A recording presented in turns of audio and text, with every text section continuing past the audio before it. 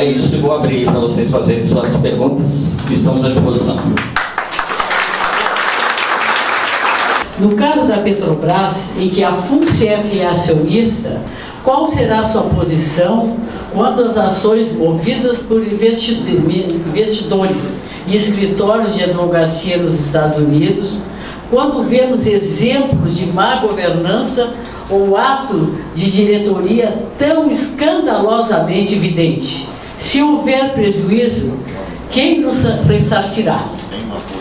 Quais os principais investimentos em ações na carteira da FUNCEF e qual o percentual de nosso patrimônio? Terceiro, como os arranjos contábeis entre o governo e via Tesouro Nacional e CEF poderão prejudicar a FUNCEF? Tá?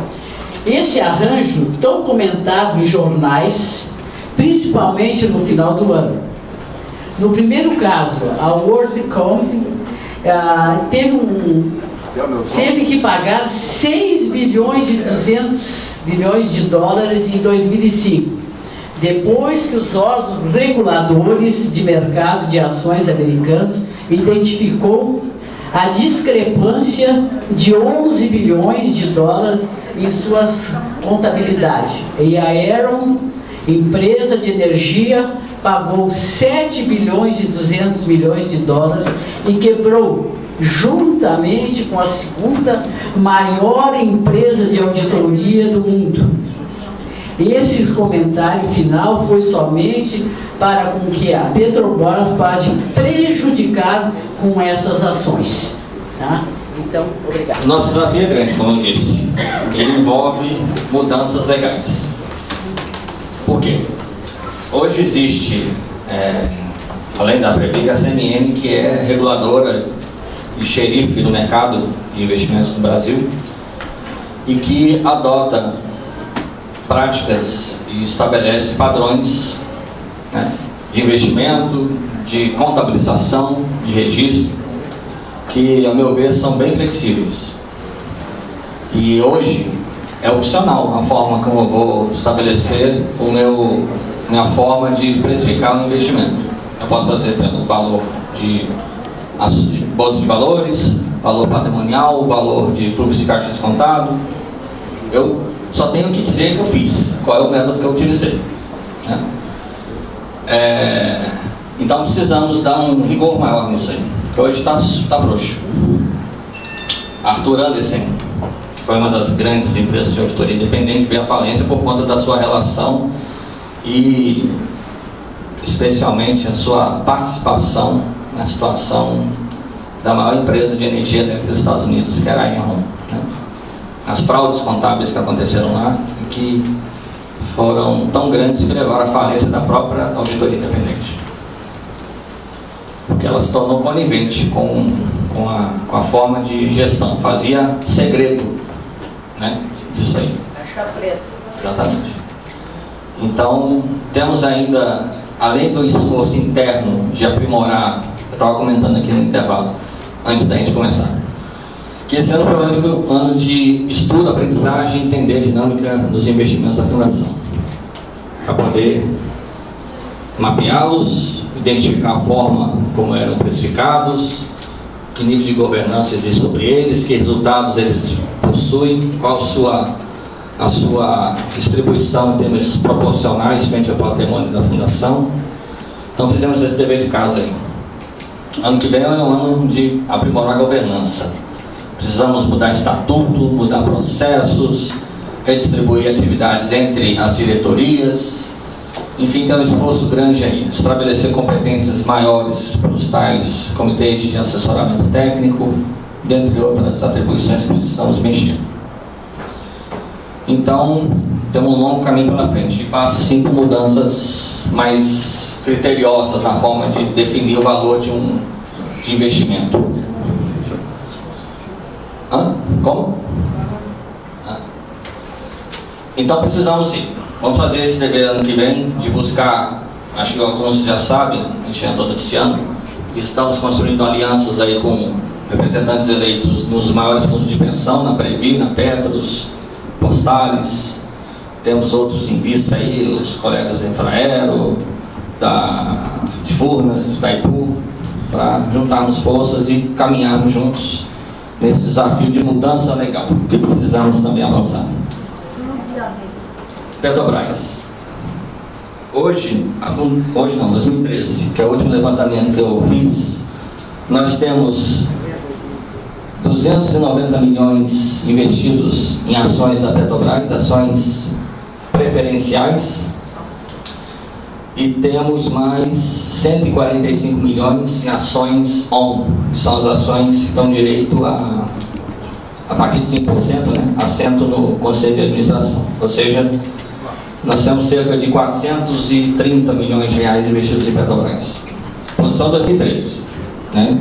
Dinâmica de mercado de ações é compra, vende, muito dinamismo. Então, a gente atualizará essa posição ao final do exercício para termos mais clareza do quanto isso representará no final desse ano. Né? A gente precisava ter um corte qualquer para poder entender qual é essa distribuição proporcional. Logicamente que se prosperar essa tese, a CVM, não é só a SEC lá dos Estados Unidos, não, a CVM também está conduzindo investigações sobre o impacto sobre o acionista dessa situação. E a FUNSEB tem que defender os seus direitos. E ela tem que ir à justiça se for detectado que houve dano ao acionista, buscar a sua reparação devida. Porque o nosso investimento, como eu demonstrei, não é pequeno. Então precisamos defender isso. Agora, como eu disse, vai ser uma proposta debatida dentro da diretoria do Conselho Deliberativo, com toda essa correlação de forças que hoje nós temos lá dentro. Nosso papel é definir a nossa posição, comunicar a vocês e torcer para que a repercussão nos ajude a empoderar no debate interno. Recentemente, a gente mandou, tanto por e-mail quanto no Facebook, um inventário dos maiores investimentos da Fundação. Eu só não computei aqui nesse levantamento os investimentos em títulos privados, que são debêntures, vendas financeiras, que eu preciso fazer um mapeamento complementar que ainda não concluí, para incorporar nesse estudo que eu produzi. Mas hoje nós temos ainda dados de 2013 também, né? Lembrando o que eu falei do Vale do Rio Doce aqui. A preços de 2013 nós tínhamos 20 bilhões de reais aproximadamente concentrados em 44 investimentos.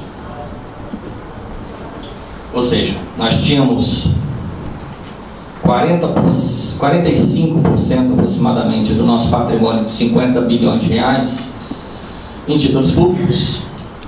O outro tanto nesses aqui que eu te falei, e aí vai descendo os que estão abaixo de 100 milhões, que aí pulveriza bastante, entre imóveis, entre empresas, entre FIPs,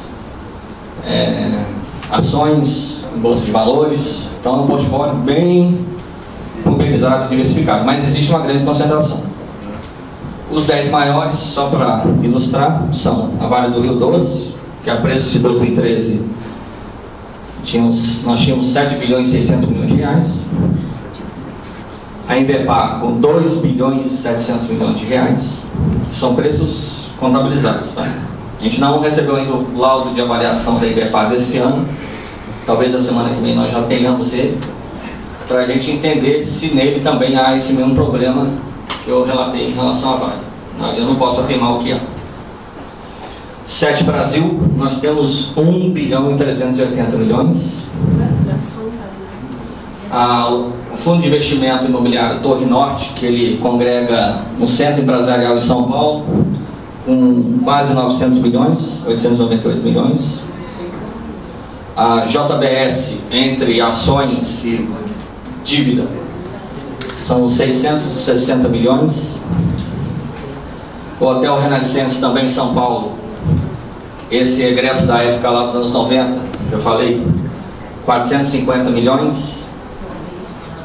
A Norte Energia, que até 2013 já tinha sido integralizado, 410 milhões de reais aproximadamente. Também em São Paulo, o Centro Empresarial São Paulo Headquarters, que foi recentemente alugado para TRT e Justiça Estadual de São Paulo, a 390 milhões. Ações do Grupo Itaú Unibanco, 340 milhões. E uma participação no FIP, Operações Industriais, que envolve a Odebrecht Utilities, que é responsável por empreendimentos de saneamento, reuso de água, de esgoto, siderurgia, enfim. São 300 milhões de reais. Esses 10 maiores concentram 15 bilhões de reais investidos na carteira a preços de 2013. Eu sei que os conselheiros, porque são 150, nós temos participação em 150 empresas, pelo que eu compreendi. E nós temos direito a ter conselheiros na ON, né? Nem todos a gente tem direito a conselhos. É isso que eu queria saber. Nas maiores, sim. Ah, tá. E esses valores dos conselheiros, que eu sei que os diretores da FUNCEF são conselheiros, eles são iguais para todas as empresas ou eles têm valor diferenciado pelo tamanho das empresas? São diferentes. São diferenciados. Que no passado nós tínhamos bastante títulos, né? Não tinha tanta participação.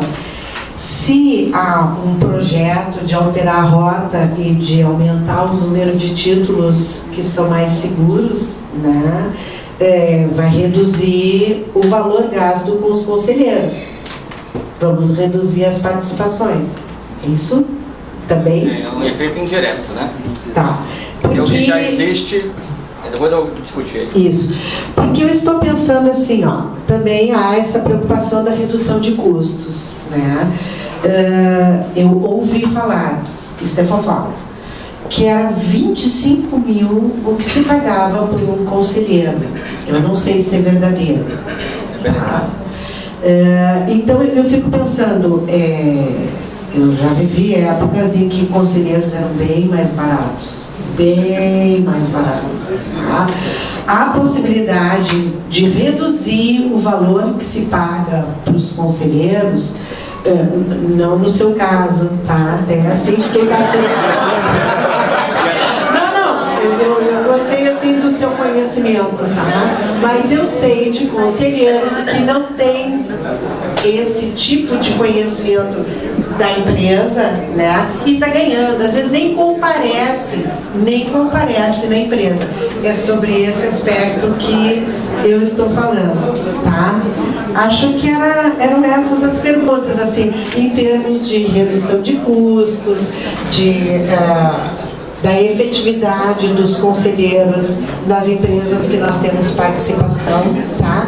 E a Belmonte, eu ouvi falar, não, eu li que ela já deveria estar bastante adiantada na construção dela e que vai atrasar. Então, esses 6 anos que faltam para a gente começar a ter o lucro, está previsto este atraso ou ainda vai aumentar mais a quantidade de tempo? É isso. Obrigada. Uma das mudanças de governança que a gente quer fazer é disciplinar melhor essa nossa presença em conselhos. Hoje são dessas 150 empresas, um grupo muito pequeno, que são as mais representativas, dão direito ao FUNCEF ter assento no Conselho de Administração ou Fiscal. E até lá imagino que já tenha alguma posição sobre qual é o entendimento da ANEEL sobre isso, se vai ou se não vai aceitar esse adiamento. Outras 2 usinas tão famosas quanto essas são aquelas lá de Porto Velho, em Rondônia, a Geral e a Santo Antônio. Para a Geral, a ANEEL aceitou o adiamento, para Santo Antônio não.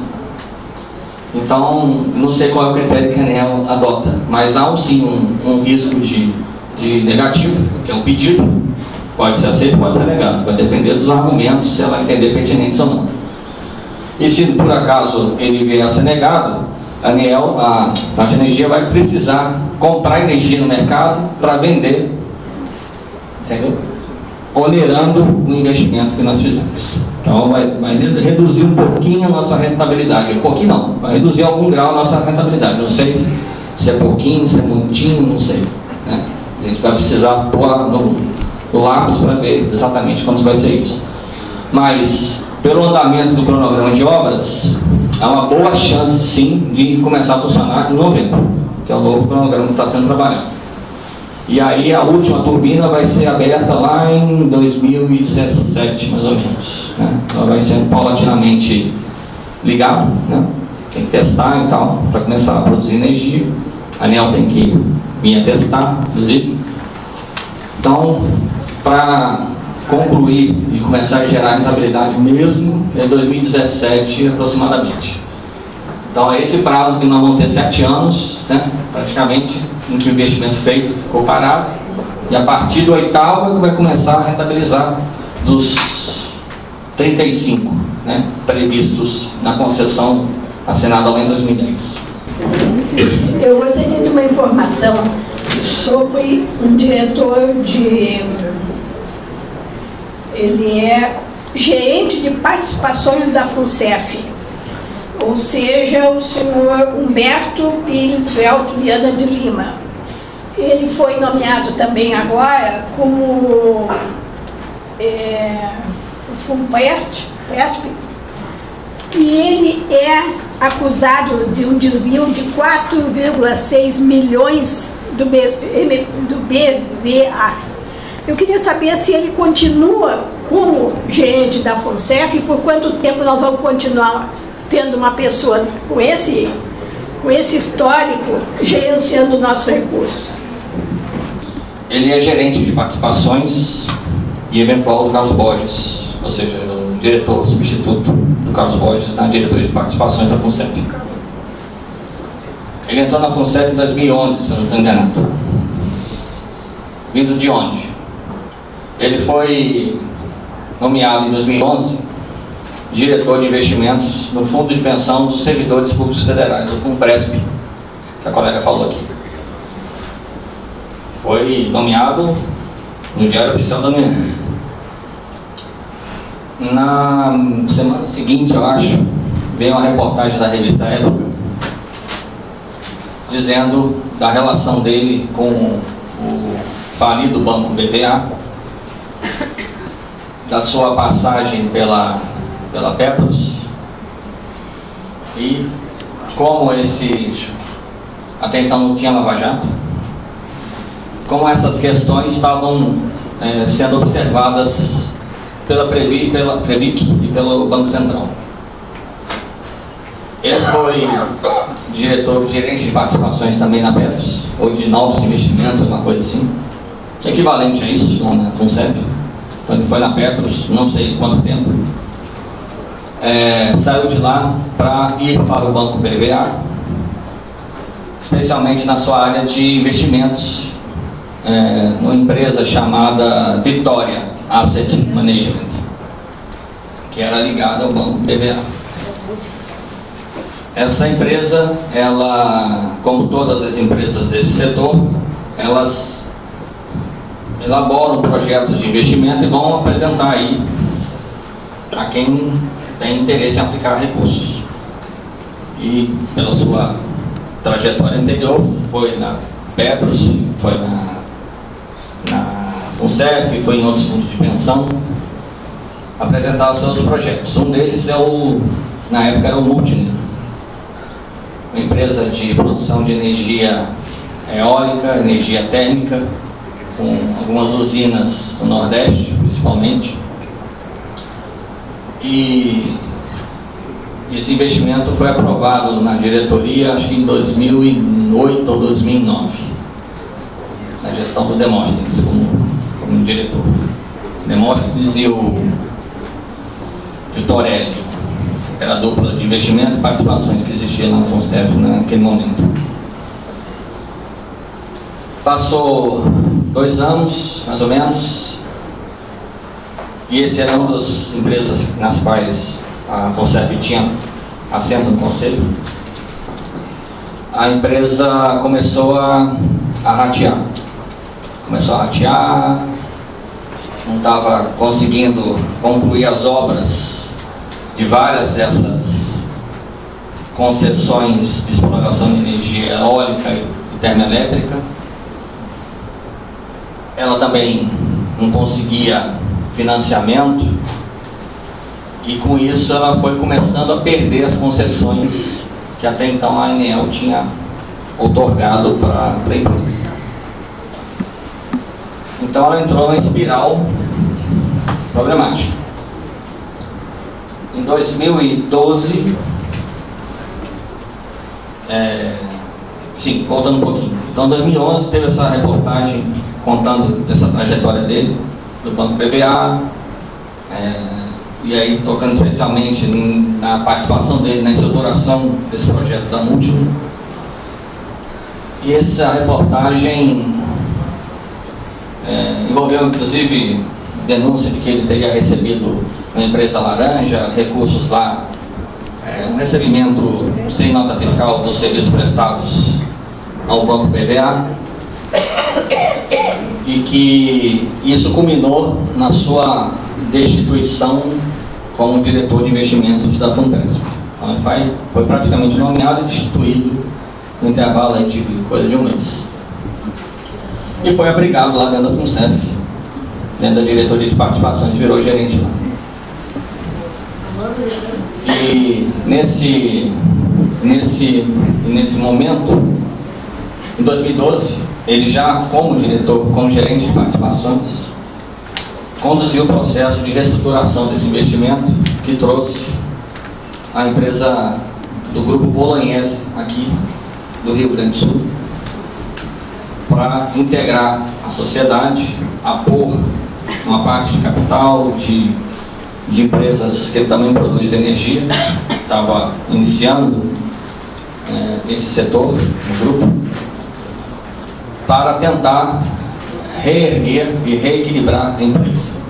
Então esse processo teve que ter a anuência de todos os fundos de pensão envolvidos, além da FUNCEF e da Petros, tem mais uns 6 aproximadamente de menor tamanho. E recentemente a gente teve até uma apresentação lá do responsáveis pelo Bolognese, dizendo qual é a estratégia de reequilíbrio que eles pretendem adotar. E dada a situação que a empresa se encontra, a gente vai fazer o acompanhamento para e passo, e recentemente a gente fez até notícia disso nos últimos boletins que nós divulgamos. A FUNCEF tem cerca de, hoje, algo em torno de 200 bilhões de reais investidos nessa empresa. Então, é uma dessas 44 que eu falei anteriormente aqui. Então, tudo isso que eu falei antes, ainda não tinha a história da Lava Jato. Veio o jornalista Fausto Macedo do Estado de São Paulo, trazendo um depoimento de um dos laranjas do Paulo Roberto da Costa, que atuava na Petrobras. O nome do cara é Carlos Alberto da Costa. Até achei que era parente do outro, mas não tem nada a ver. Dizendo ele que nas negociatas que houveram, uma delas envolveu investimentos em fundo de pensão da Postales, da Petros, e que teria agraciado algumas pessoas com reconhecimento, né, dos serviços prestados, e uma delas teria sido essa pessoa. No dia seguinte, no mesmo dia, isso foi, acho que durante a semana que veio essa notícia no estado de São Paulo, nós 3 fomos ao Caser e falamos para ele: olha, essa situação aqui é muito séria, a gente precisa de uma resolução, uma decisão aqui de diretoria relacionada a isso. Ele falou que ia conversar com o cara, conversou com o cara e veio nos dizer depois: ele vai soltar a nota de esclarecimento dizendo que está sendo vítima de uma calúnia, da difamação, tal, e que ia tomar todas as medidas jurídicas, judiciais para preservar sua honra, tal.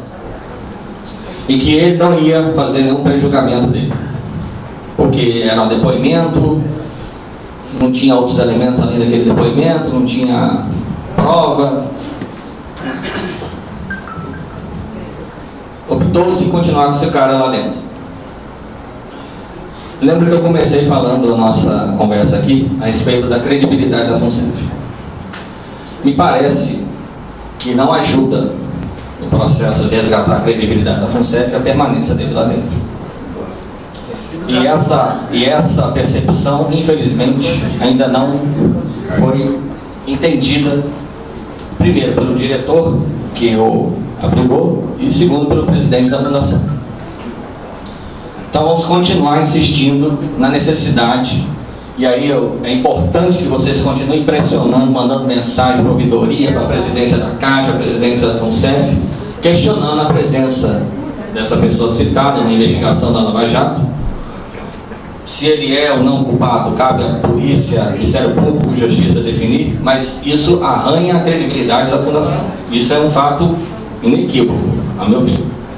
Por mais que você possa dar a chance da defesa, da presunção de inocência, ela não ajuda a resgatar a credibilidade da FUNCEF.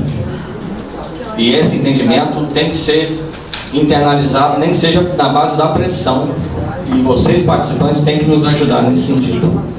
Foi alardeado, quando aconteceu a migração para o novo plano, que a Caixa fez um aporte de 2,2 bilhões de reais no novo plano. Uma coisa que foi divulgada de maneira muito pobre é que esses 2,2 bi era um pagamento de uma dívida de mais de 7 bi que a Caixa tinha. Então a FUNCEF deu aí a bagatela de 70% de desconto para a Caixa numa dívida que ela tinha. A minha pergunta hoje é: qual a dívida que a Caixa tem com a FUNCEF hoje em dia? Tá? Porque a gente sabe, já por informações não oficiais, que a Caixa não tem feito repasses, não todos, pelo menos não completamente, há algum tempo.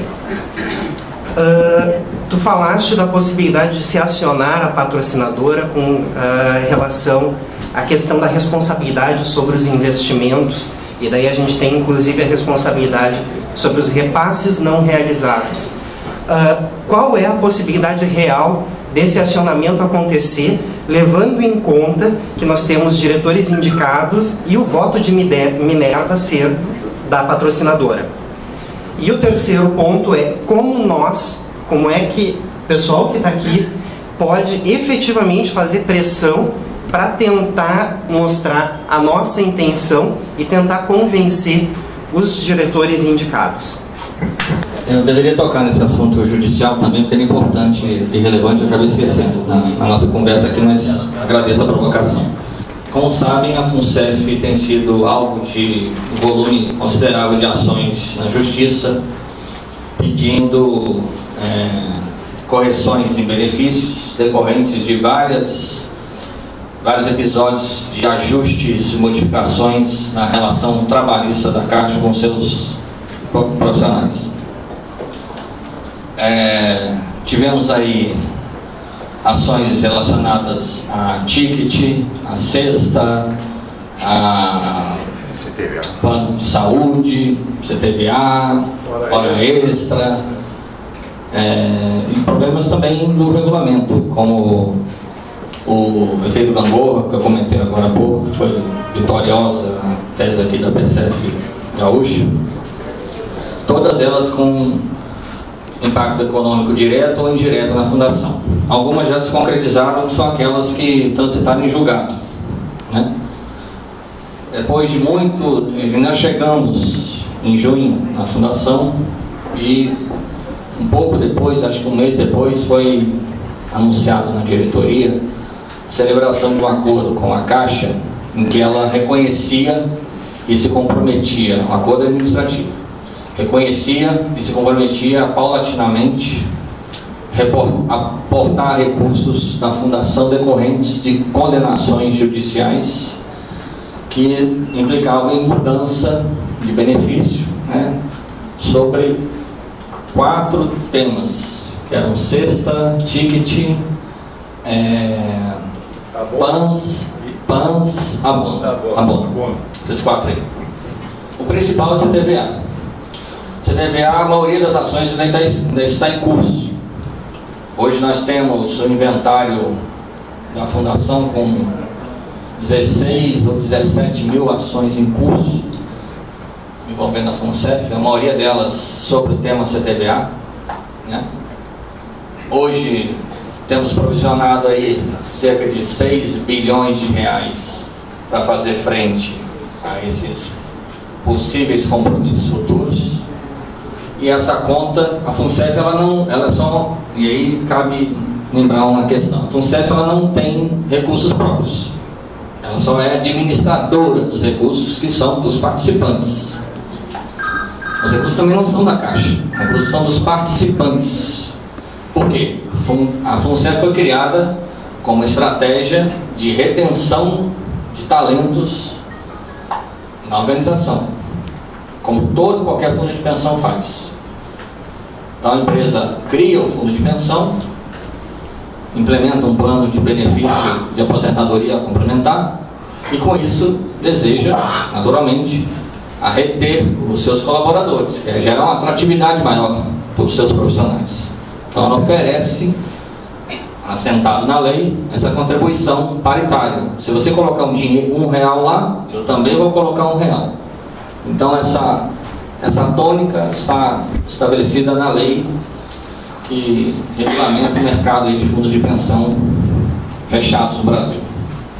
É uma estratégia trabalhista de retenção de talentos. Mas o recurso não é da Caixa e nem da FUNCEF, é recurso do participante. Só que nessas situações, quem deu causa ao problema não foi a FUNCEF.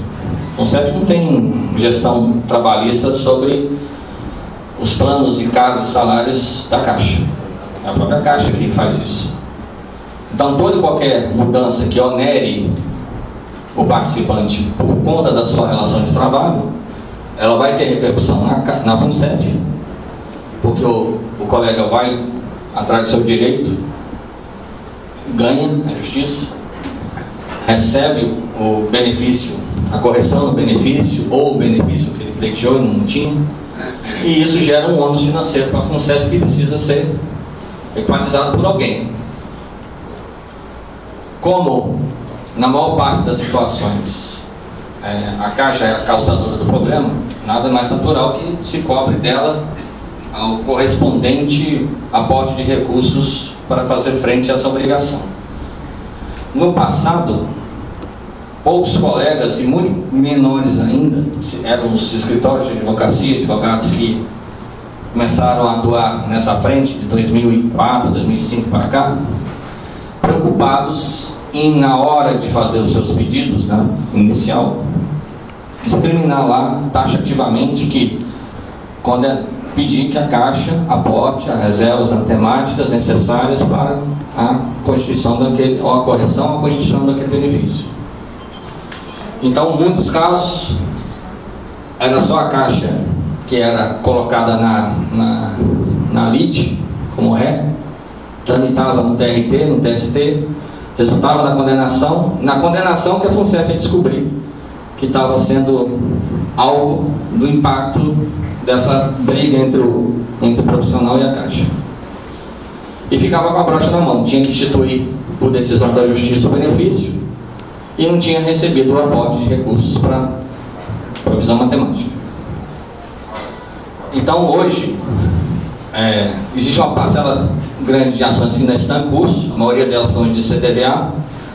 No caso do CTVA especialmente, tem tido o entendimento de vários advogados da necessidade de coparticipação na constituição da reserva matemática desse benefício, a melhoria desse benefício. E ela vai lá na frente gerar uma dívida da Caixa com a FUNCEF, na hora que transitar em julgado. Hoje, nós já temos aí um montante que a conta não posso te precisar, mas ela gira em torno de 80 a 100 milhões de reais, que a Caixa, já com trânsito em julgado de determinadas ações, precisa aportar de recursos na fundação. Essa ação, por exemplo, aqui da defesa do Gangorra, vencida pela TCF Gaúcha, ela traz um impacto significativo, e é uma dessas que eu disse que a princípio a Caixa não foi chamada a constituir nem a aportar reservas matemáticas. Então vai gerar de nossa parte a obrigação de constituir e cobrar primeiro administrativamente e depois judicialmente, porque o dirigente da FUNCEF, e aí falo de diretoria e conselhos, todos eles, não tem opção de não cobrar.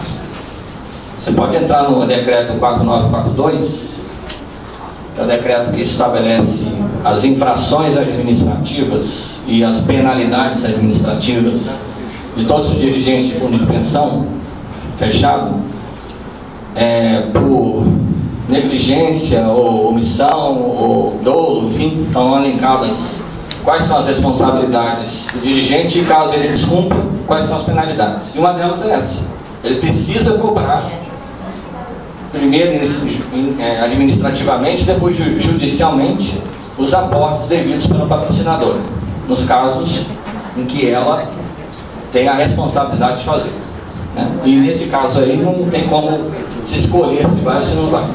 Nós vamos defender que seja cobrado, primeiro administrativamente e depois judicialmente. Se vamos conseguir, mais uma vez, entra a questão. A gente tem que pressionar com a ajuda de vocês, dando conhecimento a vocês da situação que se encontra, o que ela impacta a situação de equilíbrio da FUNCEF e como ela precisa ser resolvida. O episódio que você falou antes, ele não aconteceu em 2006, ele aconteceu em 2002 para 2003. Havia uma dívida, sim, da Caixa com a Fundação, cujo teor não me recordo direito agora, e ao longo do processo judicial, eu não sei dizer também se chegou a ter um trânsito julgado, se no meio do processo houve um acordo, né? Ou o acordo decorreu depois da sentença já julgada, mas fato é que houve um acordo.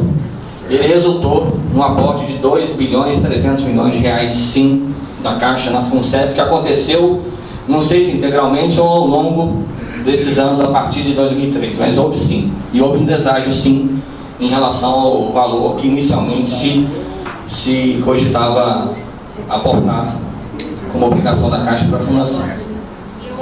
Não posso dizer se foi feito, já imagino que já foi cumprido integralmente essa obrigação, mas eu não sei precisar qual o nível de deságio que aconteceu em relação a esses 2 bilhões e 300 milhões de reais. Bom, são algumas questões que eu presenciei aqui agora e gostaria de que o nosso diretor abordasse. A primeira que eu tenho ouvido pelas redes, 2 assuntos. Um é relacionado a um dos diretores, eu não recordo o nome, que por ter domicílio no exterior, ele foi contestado se ele poderia exercer atividade dentro da FUNCEF. Eu não sei como é que ficou resolvido isso. Seria interessante que o senhor avaliasse esse caso, como é que está e a posição. Outra questão que está circulando aí pela rede é a formação do Comitê de Assessoramento Técnico. Por que está havendo tanta dificuldade para formar? Seria interessante que o senhor acordasse isso. E quais as atribuições reais desse comitê dentro da FUNCEF? Outra questão, que é uma das mais importantes, é como nós vamos poder reverter esse déficit. Eu vi a abordagem do nosso diretor, Augusto, que um dos itens que está sendo avaliado e a possibilidade de redução é custeio. Eu não lembro de outro tipo de despesa. Eu sei que a mais representativa é o pagamento de benefícios. Mas o custeio é muito pequeno. Em relação ao total da despesa é ínfimo. Então não vai ter, acho que não vai ter repercussão, ou pouca repercussão. A qualquer redução do custeio vai ter. Em termos de receita, se nós observarmos a rentabilidade, a receita nossa dos últimos exercícios, até 2, 3 anos, quase que toda adivinha da receita da renda variável. Com a crise que aconteceu em 2008, a renda variável teve um decréscimo extremamente declinante. Hoje o prejuízo é enorme. E isso foi uma das causas, no meu entendimento, foi uma das causas do déficit, esses déficits que estão se acumulando. perspectiva, quais as nossas perspectivas? Se a gente observar em qualquer noticiário que a gente vê na imprensa hoje, é deprimente. Eu como sou um técnico que aprecia essa parte de finanças, eu tenho minha formação em finanças, eu fico muito preocupado, eu fico deprimido. A economia está num decréscimo. Aí o que? Renda fixa, a única alternativa, cai em função do aumento da Selic. Não sei qual é outras. Seria interessante retomar esse assunto para... Ok, obrigado. Nós entendemos também que hoje, para o próximo ano, a alternativa é renda fixa, não tem outra. Pode ser que a Bolsa de Valores, se houver um choque de credibilidade, se houver uma demonstração clara aí de que o governo vai arrumar a casa, vai cortar despesas, vai tentar fazer superávit, vai começar a construir a contabilidade criativa, enfim, né? Se começar a demonstrar ações nessa direção, pode ser que o mercado entenda e consiga reputar credibilidade, e com isso a Bolsa de Valores volte a crescer. Embora existe o problema do minério de ferro, né, o problema do petróleo, que pode impactar a Vale e Petrobras, e a própria Petrobras, o descalabro todo aí, né, as ações que estão sendo feitas no exterior e aqui no Brasil, ainda são fatores que vão pressionar para baixo. Então, renda fixa para 2015, não vejo outra alternativa. Para mais adiante, eu não tenho bola de cristal, ano que vem a gente volta a discutir. Mas é importante construir uma trava em participações, investimentos em infraestrutura, e isso nós aprovamos ontem, e a meu ver já é uma proteção para os recursos da Fundação. No que diz respeito aos outros dois assuntos, o conselheiro Otto. O Otto foi eleito na nossa chapa, colega aposentado, auditor de Recife, o único auditor até os anos 2010, foi o primeiro auditor, melhor dizendo, a obter o conjunto de certificações do Instituto de Auditores Internos dos Estados Unidos, que tem, na verdade, esse instituto nasceu nos Estados Unidos, hoje ele é global, tem uma filial no Brasil, em São Paulo. Ele foi o pioneiro na obtenção desse conjunto de certificações. Hoje ele integra o Conselho de Certificação do Instituto nos Estados Unidos. Ele tem uma excelente trajetória como auditor na Caixa. E, de fato, na época em que ele se candidatou conosco, ele possuía duplo domicílio. Ele tinha parentes residindo nos Estados Unidos e parentes residindo em Recife, que é onde ele sempre morou e onde construiu sua trajetória profissional. Na ocasião em que fez a inscrição, ele indicou o endereço de Recife, imaginando inclusive que era necessário para fins de comunicação escrita da FUNCEF, contactá-lo. Ele recebe os benefícios dele na conta que ele tem na agência de Recife. O endereço cadastral dele na FUNCEF é o de Recife. Os extratos ele recebe no Recife. Então ele tem toda a sua relação profissional antes na Caixa e depois familiar em Recife. Então o que houve foi uma exploração, assim como o segundo assunto, do Comitê de Assessoramento Técnico, feito por aqueles que estão descontentes com o estado do processo eleitoral de maio, infelizmente. Pegaram esse episódio, o fato, e aí eu acho que talvez tenha sido o pecadilho dele, né, de não ter dito com todas as letras que tinha dupla moradia, dupla cidadania, e isso foi explorado como sendo feito, tivesse fraudado ou dito algo totalmente inverídico em relação à sua situação de moradia, de residência, né? Então isso foi explorado pelos infelizmente derrotados aí em maio. Da mesma forma, agora está se criando o cavalo de batalha, né, a tempestade de copo d'água em cima da história dos comitês de assessoramento técnico. Esses comitês foram, e aí tem que se reconhecer, fruto de debates acontecidos em CONECEFs anteriores. O movimento sindical capitaneou esse debate e conseguiu a criação desses comitês, que tem um papel eminentemente e apenas tão somente consultivo. Eles não têm nenhum papel deliberativo. Só são chamados a opinar sobre algum assunto por convocação do Conselho Deliberativo. E é ao Conselho Deliberativo que eles assessoram. A mais ninguém. Hoje existem 4. É o de ética, é o de investimentos, é o de benefícios e é o de auditoria. Então eles reúnem-se entre 3 e 4 vezes ao ano para apreciar assuntos que são levados ao seu conhecimento por resolução do Conselho Deliberativo. Em agosto, no final de agosto, na reunião daquela época, o conselheiro Firmino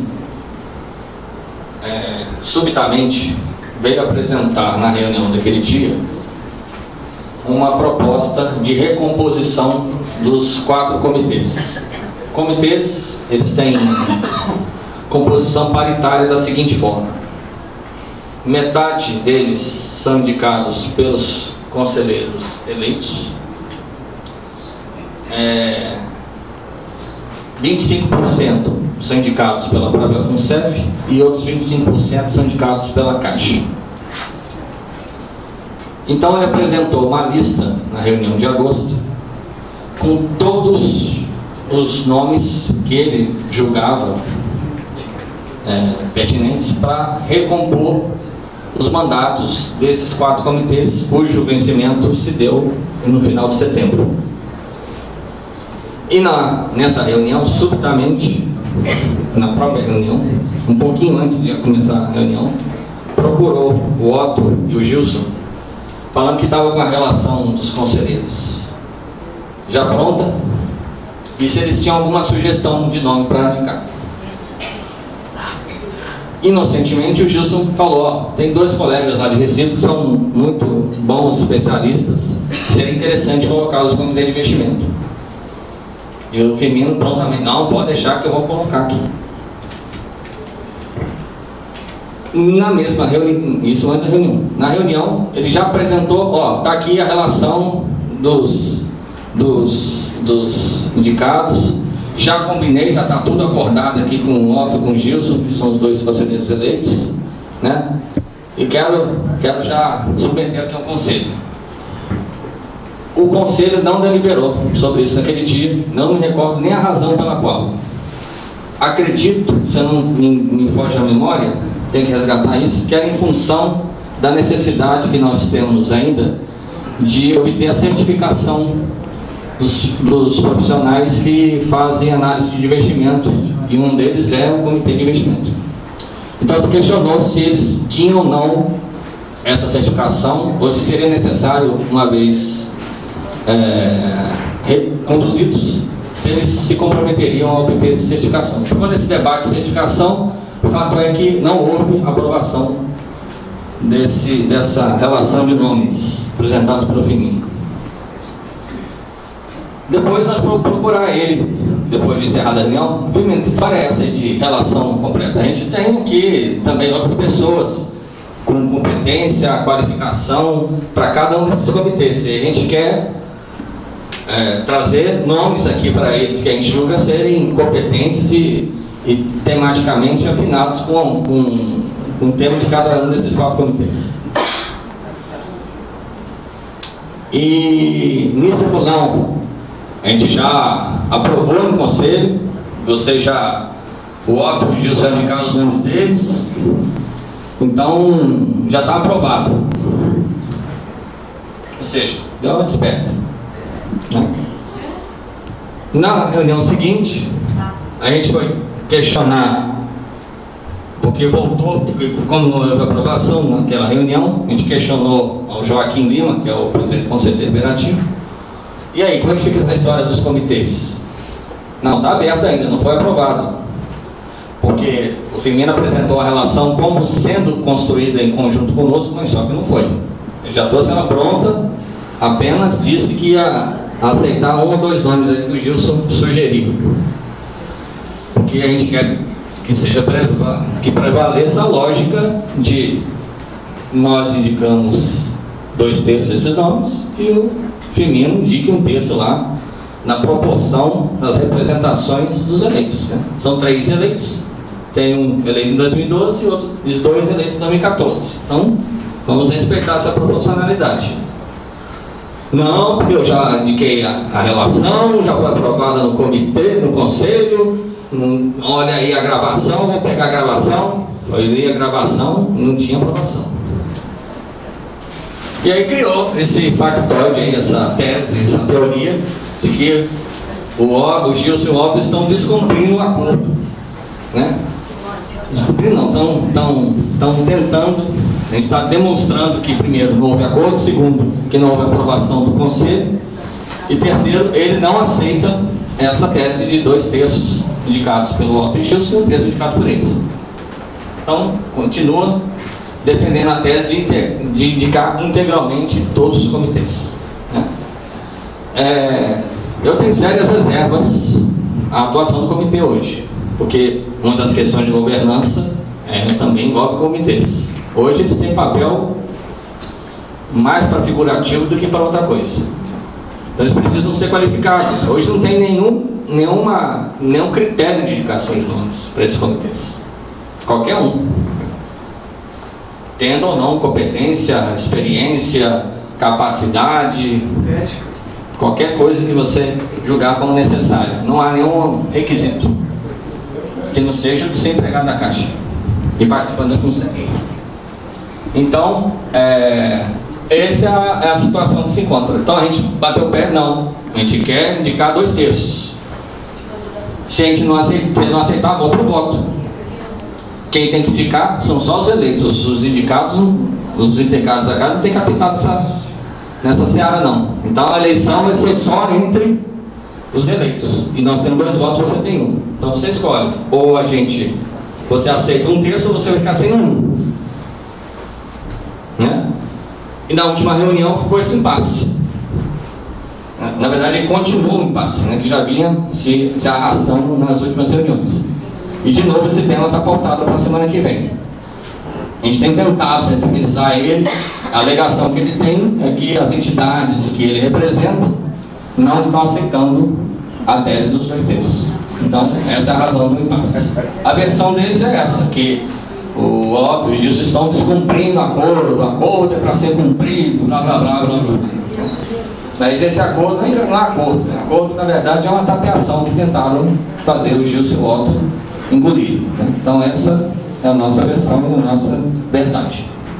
É uma grande satisfação para nós tê-lo entre nós aqui e agradecer a sua presença e agradecer a logística do nosso presidente Antônio nessa oportunidade. O que eu queria lhe dizer, diretor Augusto, é a minha aflição pessoal e acredito que não deixe de ser aflição de todos nós diante da possibilidade muito concreta que daqui a 1 ano e pouco nós estejamos pagando a nossa parcela, o nosso quinhão, em função dos desequilíbrios que a FUNCEF tem gerado e que isso representaria entre torno de 50 a 80 mil reais per capita para cada um de nós. Em primeiro lugar, eu gostaria de dizer que eu me resisto a pagar isso. Me resisto a pagar isso por uma razão muito simples. Eu não sei por que eu devo isso. Até podem me convencer, diretor, de que houve risco de negócio, que todos os movimentos e todas as aplicações foram feitas corretamente. Bom, aí eu reconsideraria a minha posição inicial. Mas nós não sabemos o que aconteceu aí nas masmorras da FUNCEF. Nós precisamos que seja feita uma auditoria imediata para saber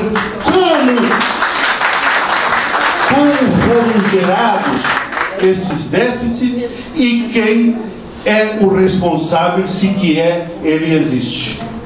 Então essas duas questões são fundamentais. E é pior ainda, porque nós estamos sozinhos nessa guerra.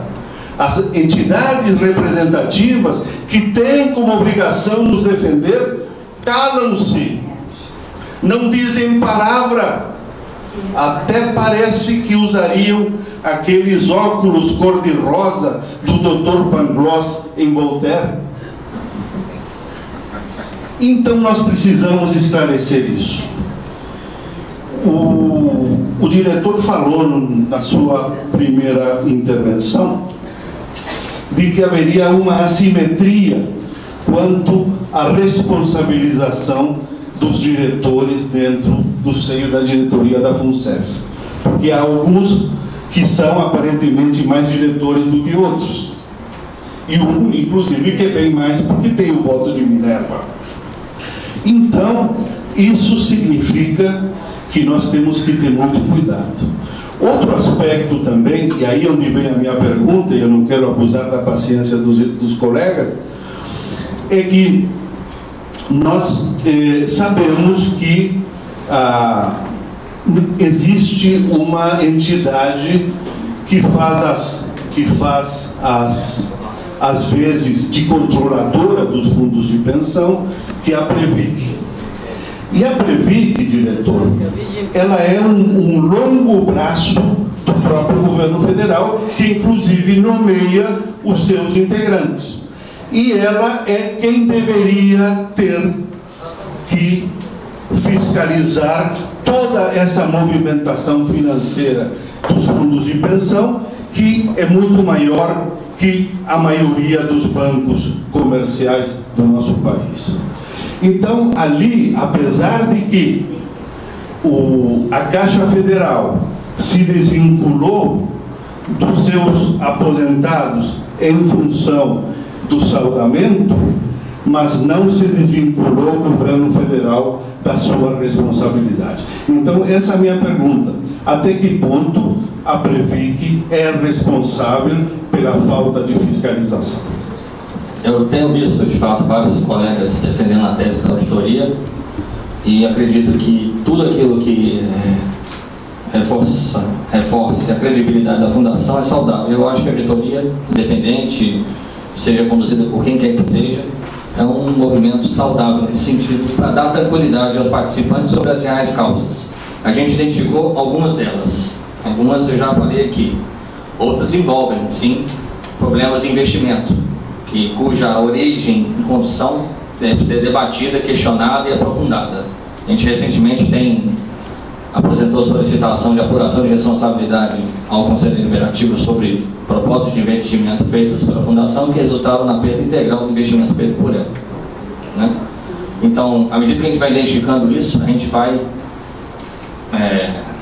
levantando todo o histórico relacionado ao ingresso e à deliberação, ao processo decisório relacionado a isso, comunicamos a vocês e damos notícia ao Conselho Deliberativo com a recomendação que fosse feita a abertura de processo de responsabilidade. Esse é um compromisso que a gente tem que ter, né? De resgatar e identificar as causas dos problemas que a Fundação teve. Quanto à responsabilização da Previc, eu reafirmo o que eu disse no começo. Eu sou defensor e gostei muito de ver essa palestra na Brave, onde esse desembargador, atualmente aposentado, esse desembargador, mas atualmente membro de banca jurídica, que defende essa tese, sim, de que a Previc, como responsável pela fiscalização do sistema de previdência complementar do Brasil, tem sim corresponsabilidade pela situação, por zelar pelo equilíbrio econômico e financeiro das entidades às quais ele tem esse poder e essa responsabilidade.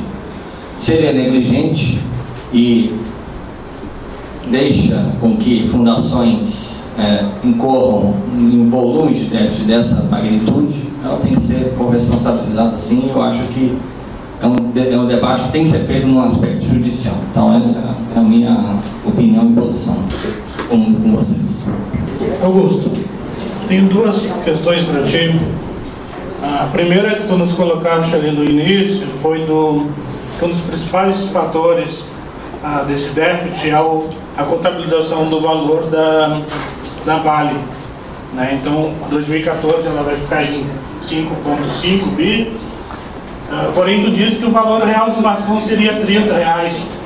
Isso daria quanto, né, um valor total a ser contabilizado, até porque em algum momento isso vai ter que ser contabilizado e vai gerar o déficit de novo.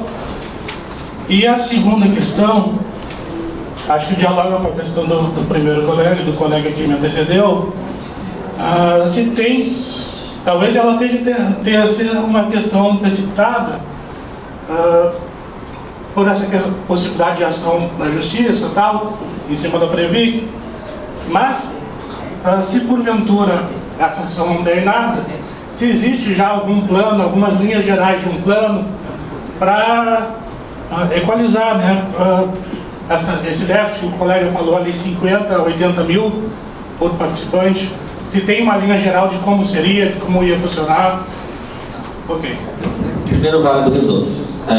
Como eu disse, a gente conseguiu fazer a correção de 26% do valor da Vale do Rio Doce nesse ano, sendo de 7.600 para 5.500, e acreditamos ser necessário mais 1 bilhão a 1 bilhão e 100 de correção, para chegar próximo ao valor de patrimonial, ao qual a gente entende ser pertinente colocar um prêmio de controle em função do fato da FUNCEF ter participação acionária relevante. Ela não tem secundária, ela interfere no processo decisório da Vale do Rio Doce, por ser membro do Conselho de Administração. Isso tem um valor que geralmente orbita em torno de 20%. Há casos de negociação em que esse valor é bem maior. Recentemente, os Minas, por força de um conflito societário, os sócios entraram em litígio. A Previ tinha participação na Uzi Minas, também relevante, vendeu a sua participação para um dos sócios em litígio com um prêmio de controle de 80% sobre o valor da ação na Bolsa de Valores. Então, não posso falar que sempre vai ser 80%, mas 20% é um valor aceitável, vamos dizer assim. Então, é um comum se precificar isso aí, né? Então, a gente acredita que é necessário manter esse processo de correção. Se a gente vai conseguir fazer integralmente ano que vem, é uma questão. Mas a gente precisa, primeiro, dizer a vocês que existe esse problema, coisa que não era feita antes, e segundo, que é necessário lutar, corrigi-lo o mais rápido possível. E é lógico, com o menor ônus possível ao participante. A segunda questão no caso do déficit, ainda tem a gente está aguardando uma instrução normativa que clarifique um pouco mais, essa instrução normativa da Previc, clarifica um pouco mais como se dá a definição da participação proporcional de cada participante nessa equalização. Regra básica: 50% patrocinadora, 50% participante. A lógica seria basicamente a seguinte: eu pego o montante do déficit, divido em 50% Caixa Econômica, 50% participante. Que déficit? O déficit do plano. Nós temos 2 planos sem déficit que vão entrar em equalização. Na verdade, é um plano com 2 massas, porque o plano é um só. Plano saudado, plano não saudado. Então eu tenho que pegar esse déficit, ratear 50%, esse 50% do participante ser dividido de que forma? Primeiro, pelo prazo. Que prazo? A resolução já disse claramente qual é esse prazo. O prazo é o da duração média de compromissos que o plano tem com seus participantes. É a chamada duration. Hoje, pelo último cálculo que a CAPREV, que é uma coordenação da área de benefícios da FUNCEF, fez, a RegReplan saudado tem 12 anos de duração, ou seja, seria o parcelamento em 144 parcelas. E o Reg Replan não saldado tem 13 anos e meio de duração, ou seja, seriam 160 e poucos meses. E o valor? Eu tenho que pegar o déficit acumulado nos 3 anos, apurar 50% dele, dividi-lo por esse prazo e proporcionalizá-lo de que forma? Aí é que está a questão que a Previc precisa esclarecer. Há um entendimento, com várias pessoas da FUNCEF de fora, de que essa proporcionalidade se daria pelo montante de reserva matemática que cada participante possui. Quem tem mais? Por que reserva matemática? Reserva matemática representa uma equação entre o tempo de contribuição e o volume de contribuição. Então isso, de certa forma, traria uma proporcionalidade estimada de cada um dentro desse universo de reservas que a FUNCEF detém. Feito isso, proporcionaliza-se e alonga-se por esse prazo de 144 meses para o saldado e 160 e poucos meses para o não saldado. Eu fiz uma conta muito grosseira, baseando-se nos resultados da FUNCEF até agosto ou setembro. Não tem, claro, aqui que é 4,5 grosso, né, o volume total. Proporcionalizando ele saldado e não saldado, rateando pelo volume de participantes que cada massa tem, jogando somente pelo prazo máximo, que é esse que eu falei antes, a média. E aí eu lembro que não estou aplicando proporcionalidade. Então tem gente que vai ser menos, tem gente que vai ser mais. A média de parcela, de valor de parcela, daria em torno de 280, 290 reais no saldado e cerca de 85 a 90 reais o não saldado. Então essa é a conta rudimentar, grosseira, sem ainda a clarificação que a Previc fará em relação à apuração da proporcionalidade. Mas a questão do prazo já está definida nessa última resolução que a Previc trouxe, falando sobre a questão da origem. Qual é a correção? 25 correção. Essa é outra questão que precisa ser definida. A princípio seria inflacionário somente. Mas eu não tenho como te afirmar que seja só isso. Mas a princípio seria pelo menos inflacionário. A primeira é em relação ao poder que vocês, nossos eleitos, têm em relação ao voto, a decisão do presidente da FUNCEF, Carlos Casella, está lá há 20, 25 anos, legal, né? Qual a influência que vocês têm para implementarem todas essas medidas, tá? E se de repente desses outros conselheiros da Caixa, no caso, inclusive o voto de Minerva. A segunda, o que me chamou a atenção é o seguinte: tu falaste em reajustar contabilmente, né? Corremos o risco, digamos, de ter que aprimorar, digamos assim, pegar esse prejuízo. Nós corremos algum risco de, se não contabilizarmos esse prejuízo, de acontecer alguma outra mudança na legislação que nos tire o direito, baseado na atual normatização da Previc? Porque tu falaste que a Previc teria essa responsabilidade, foi o que tu ouviste. Se a gente não contabiliza esse prejuízo logo em seguida, que é o momento em que a gente tem para fazer isso, tá? A gente corre o risco de depois ter que assumir totalmente esse custo que foi questionado pelo Emerson. Não sei se tu entendesse.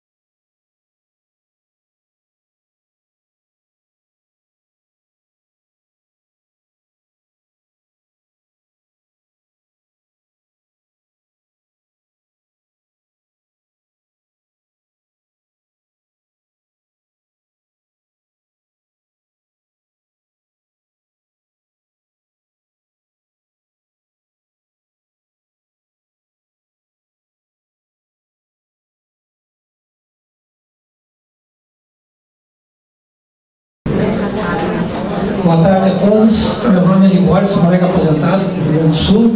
Tá? Alguns questionamentos que eu ia fazer já foi contemplado por outros aí. Mas eu queria saber dos atos da diretoria, assim, pelo que eu sei, hoje, por exemplo, para fazer uma aplicação da diretoria, até 1% não precisa passar pelo conselho.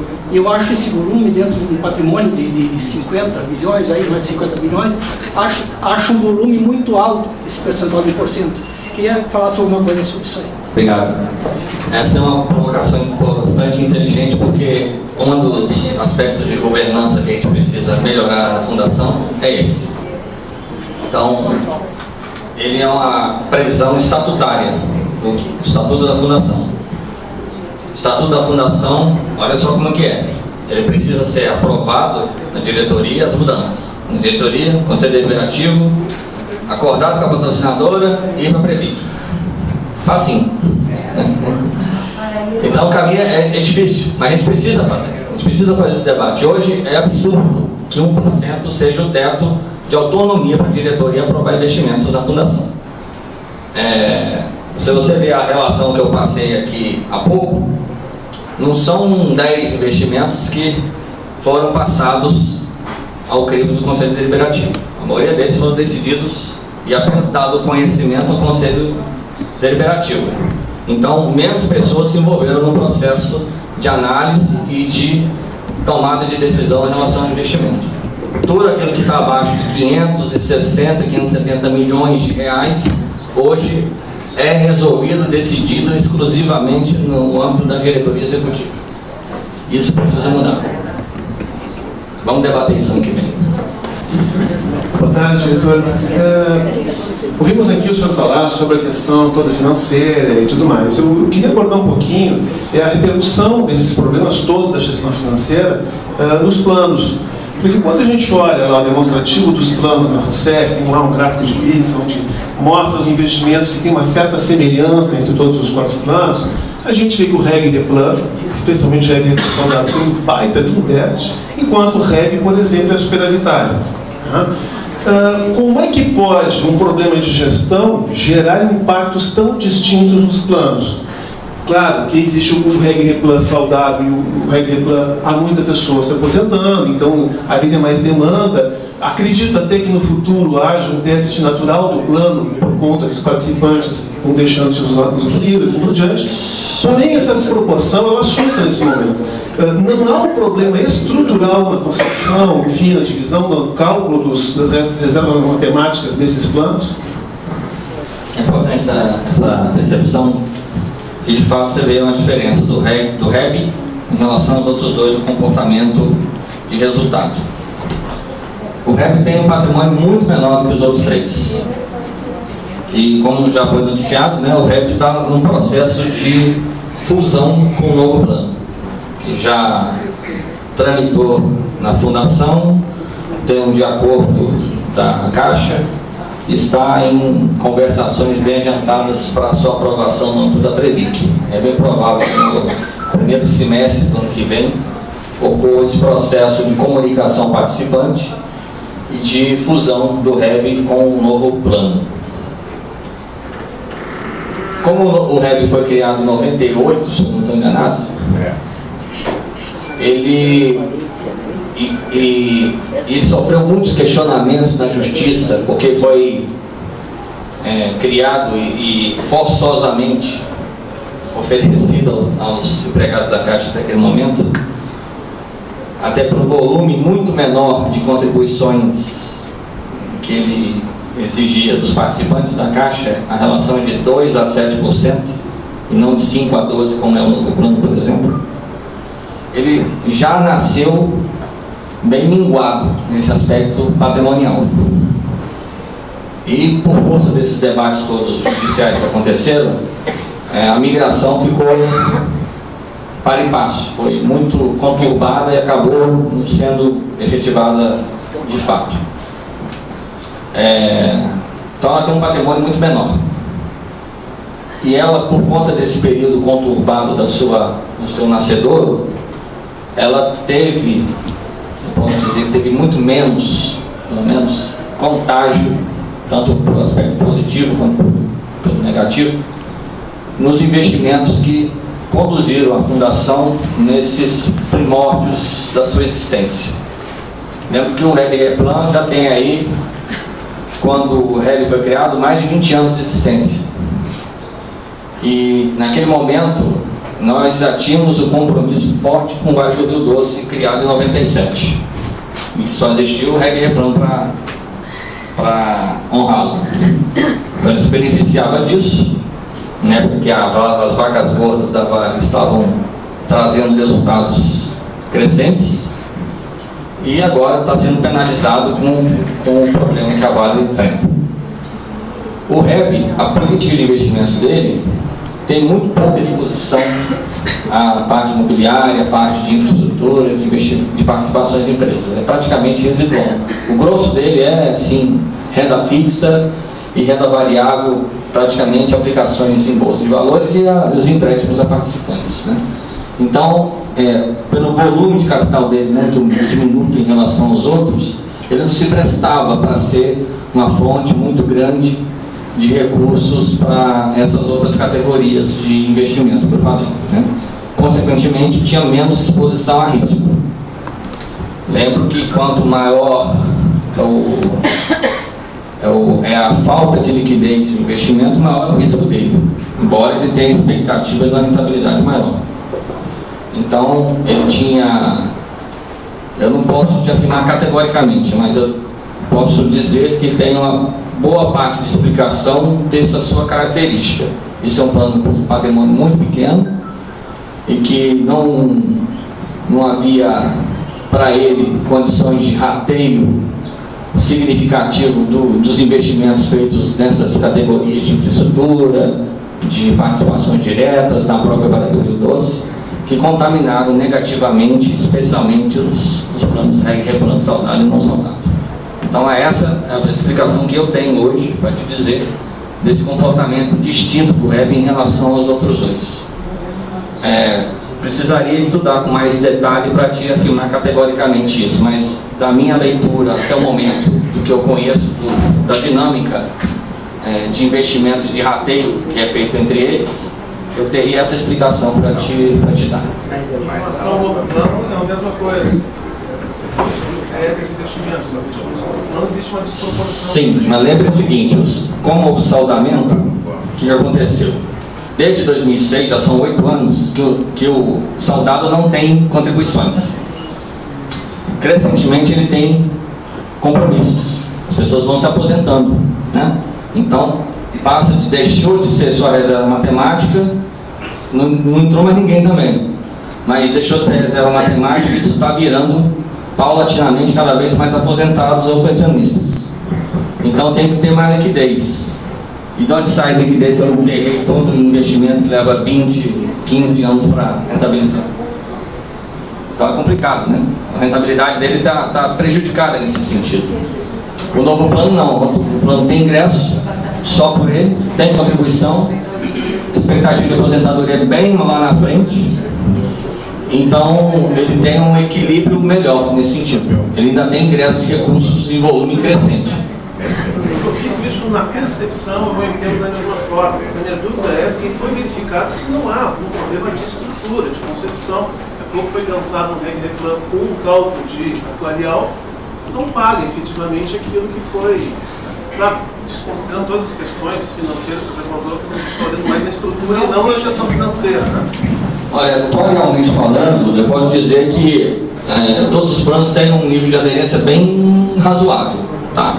Recentemente a gente até divulgou que houve um ajuste no não saudável e no novo plano, a gente divulgou isso aí nas redes sociais, da ordem de 200 milhões de reais, porque a mortalidade, taxa de concessão de benefício de risco, né, fruto de acidentes, enfim, ela também estava um pouco distorcida. Isso foi ajustado e teve esse impacto, como eu disse, cerca de 230 milhões aproximadamente, distribuídos principalmente entre saudável, não saudável e novo plano. Então, atualmente, eu acho que não é o problema, não. Acho que o problema está mais na estrutura de investimento em função do pouco patrimônio que ele tem. Hoje, o REB é o plano no qual os empregados da FUNCEF têm participação. Eles não têm no novo plano nem no regra plano. Sou aposentado desde 99. Senhor diretor, primeiro eu gostaria, introdutoriamente, fazer um apelo ao senhor. Eu soube que a FUNCEF participa de 25% do capital do estaleiro Rio Grande. O estaleiro Rio Grande é um estaleiro que faz parte aqui do polo naval de Rio Grande, e os outros 75% é de participação da Engevix, que é uma das empresas dessas envolvidas aí nesse escândalo da Petrobras. Eu conheço a atividade estaleiro. Estaleiro é uma atividade muito complexa, ela tem uma rentabilidade muito baixa, exige vultuosos investimentos, e o mercado naval é um mercado muito complexo. Basta ter uma ideia, hoje os estaleiros do Brasil inteiro só tem um cliente que chama-se Petrobras. O dia que a Petrobras parar de financiar a construção dessas plataformas e tal, esses estaleiros tudo vão parar, porque eles não têm competitividade. E a FUNCEF, através de análise dos seus grupos técnicos, optou em aplicar 25% do capital dessa empresa. Baseado em que foi feita essa aplicação? Eu tenho outras considerações a fazer. Não, agora sobre o problema mais ligado à FUNCEF. Eu entendo que fica muito fácil chegar aqui e apresentar para nós e dizer que a FUNCEF o plano está com prejuízo de tanto e nós temos que participar com tanto. Isso é muito fácil. Agora, eu entendo também que não é só nós, não somos só nós os responsáveis. Tenho a impressão que a Caixa é responsável, essa instituição que é responsável por fiscalizar as fundações também é responsável, e eu acho que antes de botarem a mão no nosso bolso, nós temos que fazer um estudo profundo, como disse o colega, uma auditoria profunda desse déficit e responsabilizar, inclusive, os que motivaram esse déficit, que não fomos nós. Quem sabe não foi nem a Caixa, mas foram diretores da FUNCEF, foram esses técnicos de alto nível que a FUNCEF contrata, quem sabe muito bem remunerados, e fazem essas aplicações desastrosas que depois refletem no nosso bolso. Então, essa coisa de dizer assim, não, vamos ter que pagar, eu tenho a impressão que não vai ser bem assim. Vai ter que rolar muita água por baixo da ponte para depois a FUNCEF botar a mão no nosso dinheiro. Tá?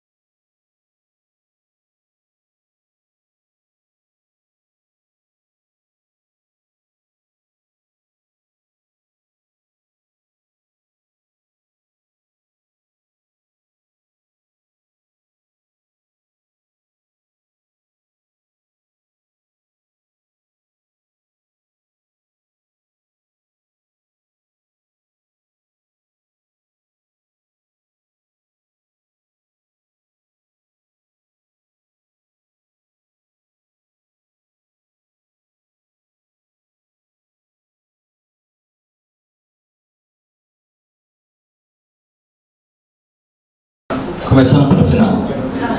Déficit é decorrência da falta de patrimônio. Eu não tenho o que vender, porque eu vou tratar só a categoria do patrimônio, de ativo imobilizado ou participação em título ou em dinheiro, em cash. A falta de recursos continuará existindo. Então não há alternativa de vender patrimônio, qualquer que seja ele. Eu preciso de patrimônio novo, que só se geraria por meio da rentabilidade dos investimentos, que não aconteceu. Defendo que toda iniciativa que traga credibilidade e apaziguamento para os participantes deve ser tomada. Se a auditoria é uma delas, que se faça auditoria. Que se faça profundamente auditoria. EG Estaleiros. Nós entramos nesse FIP, mais um VIP, com 141 milhões de reais. 25%, como você disse. É um complexo naval que tem aqui em Porto Alegre. Parece que são 2 estaleiros, um deles com encomendas trazidas pela Sete Brasil, que é outra participação, como eu disse antes, de 1 bilhão e tantos milhões de reais, cujo ex-presidente foi o tal do Barusco aí, envolvido em denúncias na Lava Jato, né?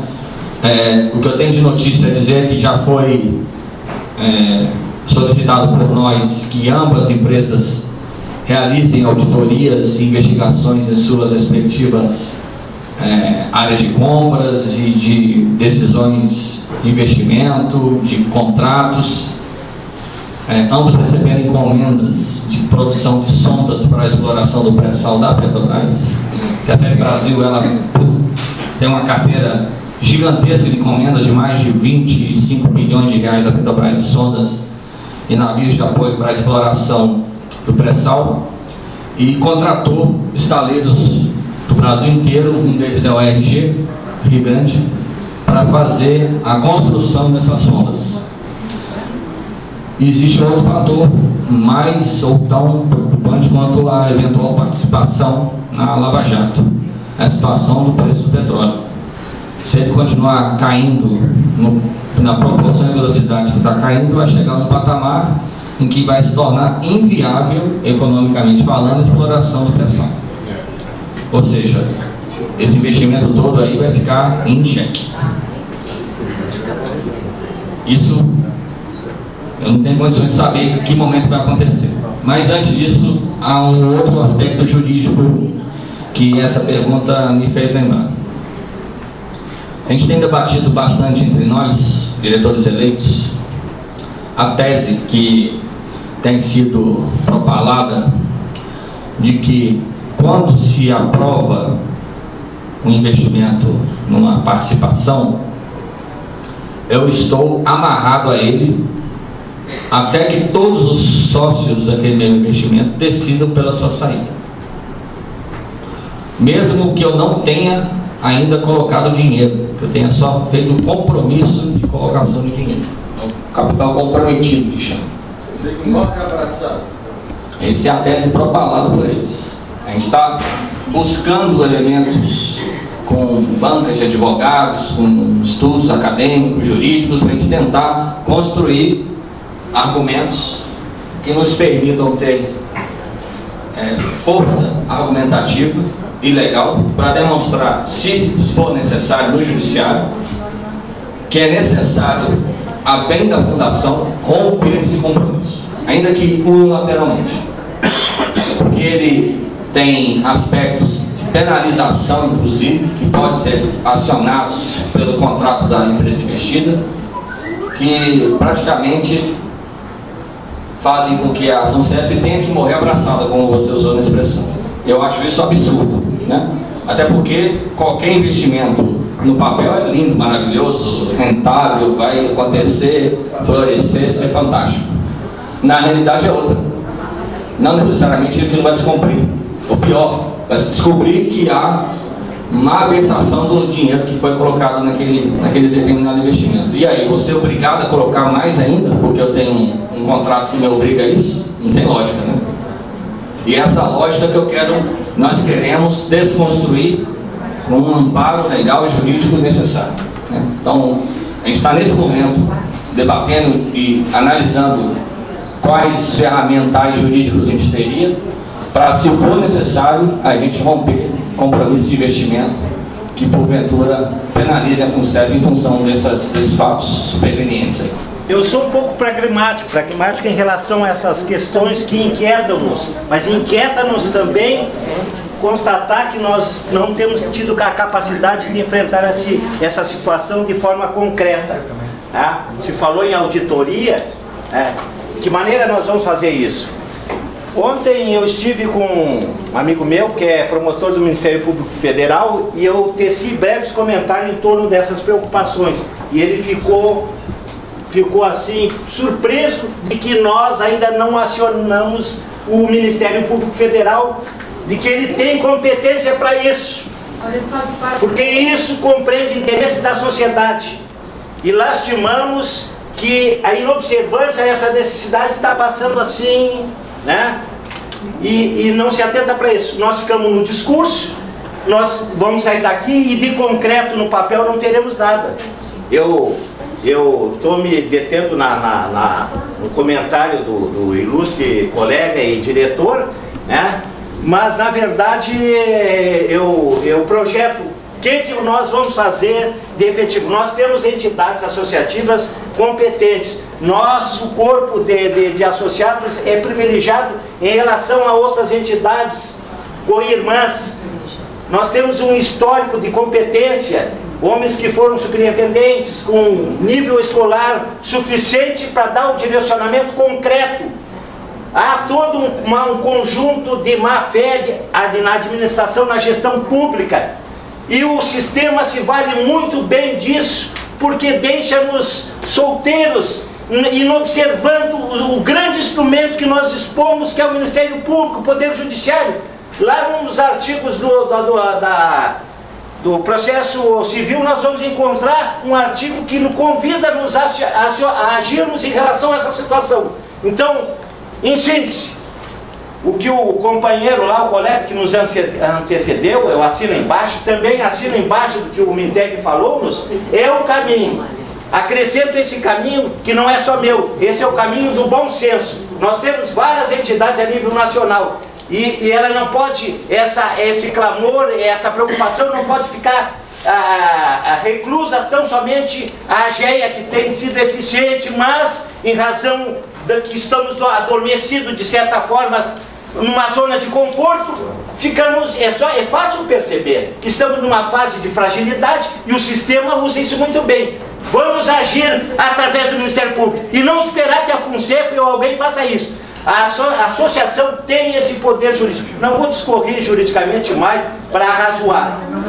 Falo tranquilamente. Há pouco ausentou-se um grande jurista e um homem de grande percepção que muitas vezes não lhe ouve, que é o Agílio, que foi procurador da Caixa Federal. Ele subsidiaria, ele contribuiria com essa nossa intervenção, que é produto de convicção. Desculpe, essa é a razão de uma ideia pragmática e não ficar num campo só da literatura e da especulação e da presunção. Não, só para tranquilizar, porque o que me motivou a falar foi a fala do Pedrinho, né? Eu vejo que não é só nós aqui no Rio Grande do Sul, Pedrinho, o Brasil inteiro está com um nível de ansiedade muito grande, muito elevado em relação a essas questões da FUNSEF, tá? Então, de certa forma, não é para tranquilizar, porque eu acho que a gente não tem nenhuma razão para ficar tranquilo, mas é para revelar para alguns de vocês algumas iniciativas que já estão sendo tomadas, tá? Eu ontem tive a oportunidade de me reunir com colegas de outros lugares do Brasil, né? Que já estamos estudando as questões jurídicas cabíveis, né? E técnicas também cabíveis. Eu não vou revelar nomes aqui, mas nós estamos montando 2 assessoramentos técnicos e jurídicos para constituir, né, o que já se analisou juridicamente se faz necessário por uma questão de regionalização das representatividades. A AGEA é representativa, minha presidente, a Nádia a FENAI, que seria, digamos, a mais ampla, isso é cooptado, não podemos contar com essas instituições. Bom, o fato é que é o seguinte, já correm algumas ações... FENACEF, tu esqueceu. FENACEF, essa turma está toda com dificuldades de nos legitimar. Mas a questão é a seguinte: já foi diagnosticado que há necessidade de constituir uma associação com a finalidade específica de representar os participantes dos planos e defender os seus interesses junto à Caixa, com o CEF, órgãos reguladores, no judiciário, onde quer que seja. E esse estatuto está em fase de finalização. Então, logo ele fique pronto, nós vamos precisar de um apoio logístico para isso. Nós vamos constituir essa associação, e essa associação vai ter uma diretoria provisória, porque para fundar precisa de diretoria provisória, com previsão de reeleição definitiva para daqui a 6, 8 meses, enfim. Mas o fato é o seguinte: ela vai ter um corpo de assessoramento jurídico, que já temos alguns colegas eleitos, que são especialistas nessa área, corpo técnico, que também são especialistas nessa área, para analisar as demandas e fazer os encaminhamentos administrativos e ou jurídicos, se necessário, através dos melhores escritórios que tem nesse país para nos defenderem. Porque isso que você colocou, que é o pragmatismo, Pedrinho, e que o Sérgio colocou aqui, Augusto, desculpe a ousadia, nós não vamos pagar essa dívida. Muito bem. Nós não vamos pagar Nós não vamos pagar. Porque não reconhecemos essa dívida como algo que tenha um mínimo da nossa responsabilidade. E eu conheço essa lábia. Eu conheço, porque eu militei do lado deles. Então eles não vão passar perto. E o que eu quero dizer, Pedrinho, é o seguinte: tenha um pouquinho de paciência. Tenha um pouco de paciência, porque nós vamos entrar em março rasgando em cima deles. E vamos precisar do apoio que o Antônio já nos deu aqui, de logística, de estrutura, mas infelizmente nós vamos ter que constituir essa associação, porque só assim nós vamos encontrar possibilidade jurídica eficaz, inclusive no Supremo Tribunal. Nós temos colegas que estão assessorando a ANAB, que é do Banco do Brasil, que tem outras ações que não são exatamente essas, mas que estão encontrando dificuldades no Supremo por uma questão primária de representatividade. Olha só. Então é preciso ter cautela, nós precisamos fazer isso assim, par e passo, de forma que as nossas intenções sejam adequadamente calçadas, técnica e juridicamente, para que a gente não fique dispersando fogo. Então eu queria falar para vocês o seguinte: tenha um pouquinho de paciência, que em breve vocês vão receber notícias de como as coisas andam. E quando eu falo em breve mesmo, é coisa de uma semana. É claro que nós não vamos resolver isso em uma semana. Nós vamos ter o efeito prático de tudo isso, poder agir efetivamente, talvez a partir daqui a 2 meses, 3 meses. Mas precisamos ter alguns cuidados para que a gente não dê o tiro da forma e no lugar errado. É mais um esclarecimento, não era nem uma questão para você, mas para tranquilizar. Estamos agindo, Pedro, e não vamos desistir. Quero agradecer mais uma vez, primeiro a Antossi, a equipe da GEA, a todos vocês que estiveram aqui presentes hoje, que demonstraram tanto interesse em acompanhar, em debater as questões ligadas à FUNCEF.